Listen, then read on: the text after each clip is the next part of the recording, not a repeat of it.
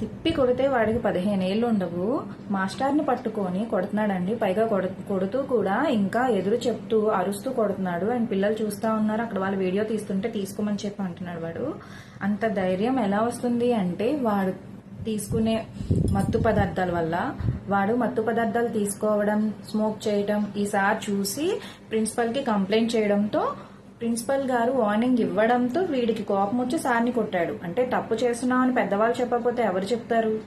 ఇప్పుడు మన పేరెంట్స్ కూడా పిల్లలు స్కూల్కి వెళ్తున్నారు, టైంకి వచ్చేస్తున్నారు అని అనుకుంటే సరిపోదు. వాళ్ళు ఎవరితో ఫ్రెండ్షిప్ చేస్తున్నారు, వాళ్ళు వెళ్ళిన తర్వాత స్కూల్కే వెళ్తున్నారా లేదా ఆ టైంకి అని అప్పుడప్పుడు కూడా చూసుకుంటూ ఉండాలి. అండ్ స్కూల్లో ఎలా చదువుతున్నారు, వాళ్ళ బిహేవియర్ ఎలా ఉంటుంది, ఏ టైంలో ఏమేం చేస్తున్నారు అనేది అట్లీస్ట్ 1 వీక్ ఒక్కసారైనా సరే కనుక్కోవాలి.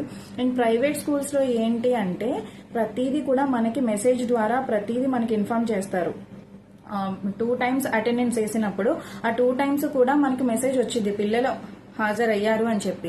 మనకి గవర్నమెంట్ స్కూల్స్ నుంచి అటువంటి ఇన్ఫర్మేషన్ ఏమీ ఉండదన్నమాట. సో అలాంటప్పుడు మనమే చూసుకోవాలి మన పిల్లల్ని. సో నేనేమి గవర్నమెంట్ వేరు ప్రైవేట్ స్కూల్ బెస్ట్ అని నేను చెప్పట్లేదు. సో ఎవరికి తగ్గ స్కూల్లో వాళ్ళని చదువుకుంటాం. నేను కూడా గవర్నమెంట్ స్కూల్లో చదువుకొని వచ్చిన అమ్మాయినే. సో ఇప్పుడు అందరూ కూడా ప్రైవేట్ స్కూల్కి అలవాటు పడిపోయారు కాబట్టి అది కామన్. బట్ గవర్నమెంట్ స్కూల్లో ఏంటి అంటే కొన్ని విధానాలు ప్రైవేట్ స్కూల్లో ఉన్నాయి లేవు కదా మనం అడగడానికి, టీచర్స్ చెప్పడానికి. సో చాలా మంది పిల్లలు ఉండడంతో వాళ్ళు కూడా మనకేం చెప్పరు, కనుక్కోరు. సో ఈ పిల్లోడు ఏంటి అంటే వాటికి బానిస అయిపోయాడు. దానివల్ల ఎవరన్నా లెక్కలేదు. ఖచ్చితంగా ఇది పేరెంటింగ్ లోనూ ఉంది. అండ్ గురువులు కూడా అండ్ మాస్టర్లు కూడా ఖచ్చితంగా వాళ్ళు ఏం చేస్తున్నారు ఏంటి అని కొంచెం చూస్తూ ఉండి తల్లిదండ్రులకు ఇన్ఫార్మ్ చేయడము ఏదో ఒకటి చెయ్యాలి కదా. ఎంత ఘోరం అంటే అసలు రెస్పెక్టే లేదనమాట. పెద్దవాళ్ళన్నా అండ్ టీచర్స్ అన్నా కూడా ఇదొక్కటే కాదు, చాలా చోట్ల జరుగుతున్నాయి ఇట్లా. ఒక మాట అంటే పేరెంట్సే వెళ్ళిపోయి టీచర్స్ మీద కలబడిపోతున్నారు. మా అబ్బాయిని అంటారని కొట్టకుండా తిట్టకుండా ఎలా చదువు వచ్చిద్ది, ఎలా పైకి వెళ్తారు పిల్లలు?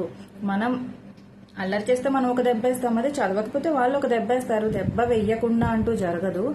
ఇలాంటి వీడియోస్ కూడా నేను చాలా చూసాను అనమాట. తల్లి తండ్రి వెళ్ళిపోయి మా అబ్బాయిని కొట్టారు అని చెప్పేసి మేము ఫీజులు కట్టేది మా అబ్బాయిని కొట్టడానికా అని అడుగుతున్నారు. ఫీజులు కట్టేది చదివించుకోవడానికి మంచిగా.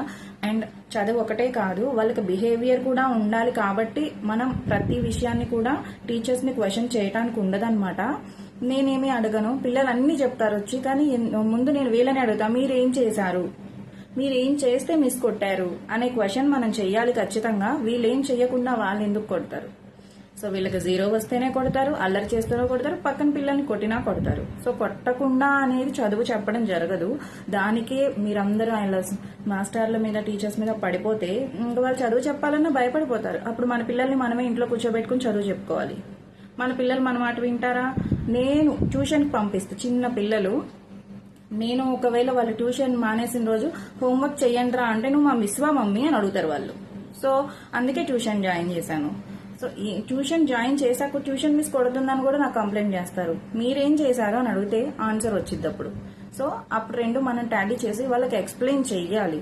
అది ఏమీ లేకుండా పిల్లల్ని అలా వదిలేస్తే అండ్ వాళ్ళ సమాజానికి ప్రాబ్లం అండ్ మన ఫ్యామిలీకి ప్రాబ్లం అండ్ తన లైఫ్కి తనే ప్రాబ్లం అయిపోతాడు రేపు. సో నేను కొంచెం నాకు తెలిసింది నేను ఎక్స్ప్లెయిన్ చేశాను. దీంట్లో మళ్ళీ పారాగ్రాఫ్ కామెంట్స్ పెట్టకండి. పెడితే 1 లైన్లో పెట్టండి. నేను అంత పెద్ద పెద్ద పారాగ్రాఫ్లు చదవలేను. కావాలని పాయింట్అవుట్ చేసి కావాలని పెడుతున్నారు. నేను ఒక వీడియో చేశాను కదా, ఇరాన్ లీడర్ చనిపోయాడని చెప్పిన దగ్గర నుంచి చాలా మంది నేమ్స్ అయితే చెప్పాను. కావాలని పెడుతున్నారు. సో డిలీట్ చేస్తున్నా. ఈసారి వాళ్ళ ప్రొఫైల్ వస్తే మాత్రం ఊరుకోను నేను. అండ్ బ్లాక్ అయితే చెయ్యను. ఖచ్చితంగా నేను వాళ్ళ ఐడికి ఇస్తా గట్టిగా. ఓకేనా? Have a nice day.